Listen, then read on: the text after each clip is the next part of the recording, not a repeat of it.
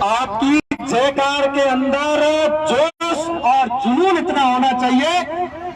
कि यहां से 100 किलोमीटर दूर मुनाबाव के बॉर्डर के ऊपर जो पाकिस्तानी सैनिक हमारे देश की तरफ आंख उठाकर खड़ा है, उसके कानों के अंदर ये आवाज पहुंचनी चाहिए और उसके हृदय को महसूस होना चाहिए कि बाड़मेर का नौजवान आज विद्यार्थी परिषद के बैनर के तले खुला अधिवेशन के अंदर उपस्थित है और जरूरत पड़ी तो सेना के साथ मिलकर सीमा पर आकर लड़ने की ताकत रखता है। भारत माता की। अखिल भारतीय विद्यार्थी परिषद बाड़मेर जिला सम्मेलन थार युवा संगम के मंच पर विराजित एबीवीपी जोधपुर के पूर्व प्रांत मंत्री आदरणीय मोहनलाल जी देवासी, बाड़मेर नगर निगम इकाई के नगर मंत्री और मेरे छोटे भाई धुजार बातू, महाविद्यालय की छात्र संघ महासचिव बहन प्रियंका जी, एबीवीपी जोधपुर प्रांत के पूर्व प्रांत अध्यक्ष आदरणीय विजेंद्र जी गोदारा, बाड़मेर जैसलमेर विभाग के विभाग सहयोजक भाई राम सिंह और मेरे सम्मुख इस भारत को नवीन आकार देती हुई युवा तरुणाई को मैं वंदन करता हूं, नमन करता हूं। युवा साथियों, वर्तमान के राजस्थान के कानूनी परिदृश्य के ऊपर अगर हम प्रकाश डालें तो हम देख रहे हैं कि जब से 2018 के अंदर वर्तमान सरकार सत्ता के अंदर आई है, उस दिन से लेकर आज तक अपराध का ग्राफ धीरे धीरे राजस्थान के अंदर बढ़ता जा रहा है।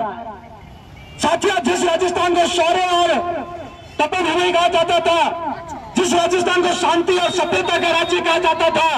और जिस राजस्थान को त्याग और तपस्या की भूमि कहा जाता था, उस राजस्थान का आज एक नया एक परिचय बन गया है, अपराध और कानून की धज्जियां उड़ाने वाला राज्य। यह हमारे लिए बड़ी विडंबना की बात है। युवा साथियों,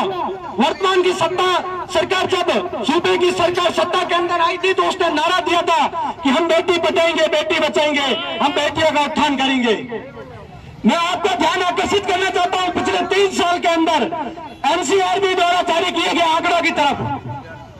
एनसीआरबी द्वारा जो आंकड़े जारी किए गए हैं उसके अंदर महिला उत्पीड़न के अंदर पूरे देश के अंदर अगर प्रथम स्थान पर पिछले 3 साल के अंदर रहा है तो वो राजस्थान राज्य रहा है। हमारे लिए बड़ी दुर्भाग्य की बात है। जिस राजस्थान राज्य के अंदर अगर हमारे देश मान मर्यादा और बेटी का इतना सम्मान होता है, उस राजस्थान के अंदर जनवरी 2020 से लेकर अप्रैल 2022 तक कुल दुष्कर्म के मामले 13,890 दर्ज होते हैं साथियों, और उस 13,890 मुकदमा के अंदर 11,307 मुकदमे ऐसे होते हैं जिसके अंदर बच्चियों की उम्र 18 वर्ष से कम होती है, नाबालिग बच्चियों के साथ दुष्कर्म किया जाता है। यह हमारे लिए बड़े विडंबन की बात है साथियों। जिस राज्य के अंदर, जिस सरकार के अंदर इस प्रकार की घटना घटित हो रही है, उस सरकार के मुखिया, सूबे के मुखिया अपनी सरकार को बचाने के लिए कभी बसों के अंदर बिठाकर, कभी प्लेन के अंदर बिठाकर जैसलमेर से जयपुर तक सफर कर रहे हैं, होटलों के चक्कर काट रहे हैं। युवा साथियों, मैं आपका ध्यान आकर्षित करना चाहता हूं, क्षेत्रफल की दृष्टि के अंदर में देखें तो राजस्थान देश का सबसे बड़ा राज्य है। हमने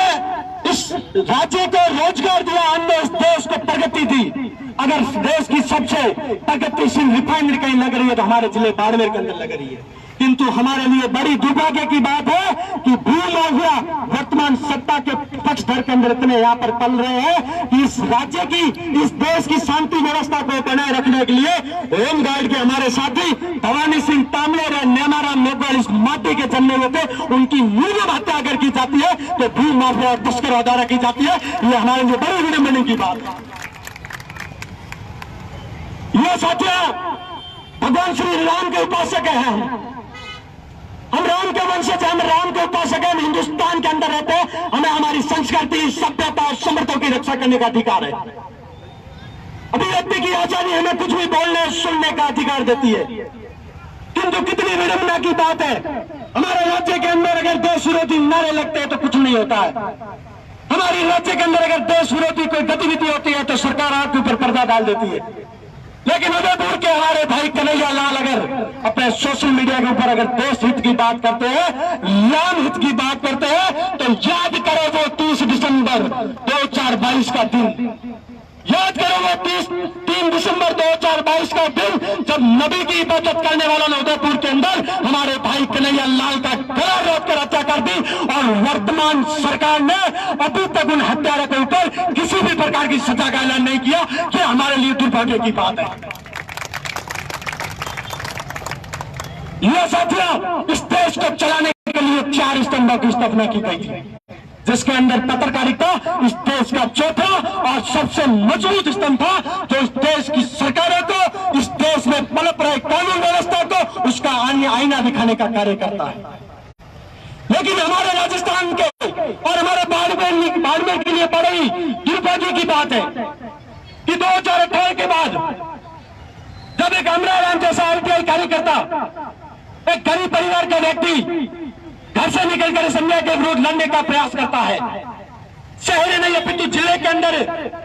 चल रही अवैध शराब तस्करी के विरुद्ध आवाज उठाता है, एक लाइसेंस के ऊपर 10 दारू के ठेके चलाए जा रहे थे, उन ठेकों के विरुद्ध आवाज उठाने का प्रयास करता है, तो उस अमरार राम की टांगे तोड़ दी जाती है साथियों, उसके पैर के अंदर लोहे के सलिए घुसाए जाते हैं, उसको बीच चौराहे के ऊपर मरने के लिए फेंक दिया जाता है, लेकिन सरकार की काना के अंदर की रूह तक नहीं मिलती है, उसके अपराधी आज तक उनको सजा नहीं मिलती है। यह हमारे लिए दुर्भाग्य की बात है। शब्बर सिंह जैसा व्यक्ति जब निकल कर आता है, वर्तमान जिले के और राज्य के मुखिया के विरुद्ध लिखना शुरू करता है। पत्रकार का धर्म होता है साथियों कि अन्याय के विरुद्ध लिखकर न्याय को जागृत करे। स्वामी विवेकानंद जी ने कहा था कि जब तक युवाओं का मस्तिष्क जागृत नहीं होगा तब तक देश के अंदर अन्याय बढ़ता रहेगा। कुछ ऐसी परिक्लाने के साथ शब्बर सिंह जैसा एक यशस्वी पत्रकार